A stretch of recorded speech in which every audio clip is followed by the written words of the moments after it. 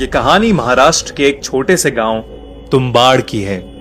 कहते हैं तुम्बाड़ देवी देवताओं द्वारा श्रापित है, क्योंकि इस गांव के लोगों ने बहुत साल पहले एक मंदिर की रचना करी जिसमें हस्तर को पूजा जाता था। हस्तर पूर्ति की देवी की पहली संतान थी। पूर्ति की देवी यानी अनगिनत अनाज और सोने का प्रतीक, और 16,000 देवी देवताओं को जन्म देने वाली जननी।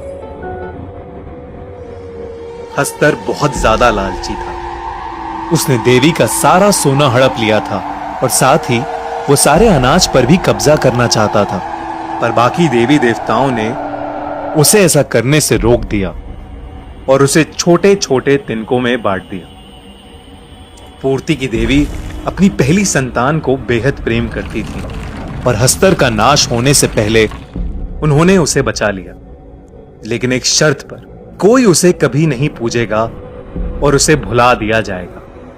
पर तुम्बाड़ गांव के पूर्वजों ने जब से उसका मंदिर बनाया, तब से देवी देवताओं का क्रोध तुम्बाड़ पर बारिश बनकर बरसता है। लेकिन कहते हैं हस्तर ने प्रसन्न होकर अपना जितना सोना था सब उस मंदिर को अर्पित कर दिया। लेकिन वो मंदिर के अंदर कहां छुपा है ये किसी को नहीं मालूम। कई लोग वो खजाना पाने की चाह में मंदिर में गए तो जरूर, पर कभी वापस नहीं लौटे। इसलिए वो मंदिर सालों से बंद पड़ा है। गिरीश नाम के एक पंडित ने भी उसी खजाने की लालच में हस्तर की खूब पूजा करी और वहां जाने का सोचा। उस दिन हमेशा की तरह बाहर जोरदार बारिश हो रही थी।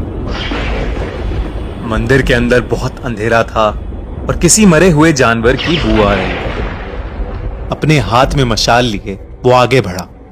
उसका पैर एक हड्डी के ढांचे पे पड़ा और उसने देखा कि उसके आसपास जंगली पेड़ों की लपट में कई लोग अधमरे से पड़े थे। वो ये देख के बहुत घबरा गया, पर हिम्मत करके आगे बढ़ा। उसे अचानक एक जानवर की दहाड़ने की आवाज आई। उसने छिप के देखा तो आधे इंसान और आधे भेड़िए जैसा जानवर किसी इंसान की चमड़ी को चबा रहा था। गिरीश ये सब देख ही रहा था कि उसके बगल से और वो उनसे बचते बचते नीचे गिर पड़ा। उस जानवर ने गिरीश को देख लिया और उस पर एक जोर का वार किया। वो जानवर उसे मुंह से घसीटता हुआ हस्तर की मूर्ति के नीचे ले गया और उसे नीचे छोड़ के वहां से चला गया। गिरीश ने जब उठ के देखा तो वो दंग रह गया। वहां हस्तर की मूर्ति के ठीक नीचे सोने की अनगिनत मुद्राएं रखी हुई थी। गिरीश की आंखें चमक उठी और वो अपनी पोटली में सारा सोना भरने लगा। तभी अचानक मंदिर में बहुत जोर जोर से धमधम होने लगी और पूरा मंदिर हिलने लगा।